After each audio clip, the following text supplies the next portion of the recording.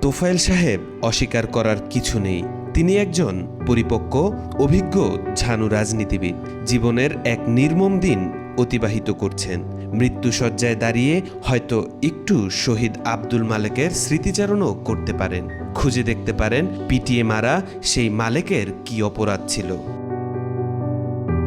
1969 সালে তোফায়েল আহমেদ তখন ডাকসুর ভিপি। তৎকালীন পূর্ব পাকিস্তানের শিক্ষা ব্যবস্থা কি হবে এই বিষয়টি নিয়ে ঢাকা বিশ্ববিদ্যালয়ে একটি সেমিনার অনুষ্ঠিত হয়। উক্ত সেমিনারে ঢাকা বিশ্ববিদ্যালয়ের মেধাবী শিক্ষার্থী, জনপ্রিয় ইসলামী আন্দোলনের ছাত্রনেতা আব্দুল মালেক ইসলামী শিক্ষা ব্যবস্থার পক্ষে বক্তব্য দেন।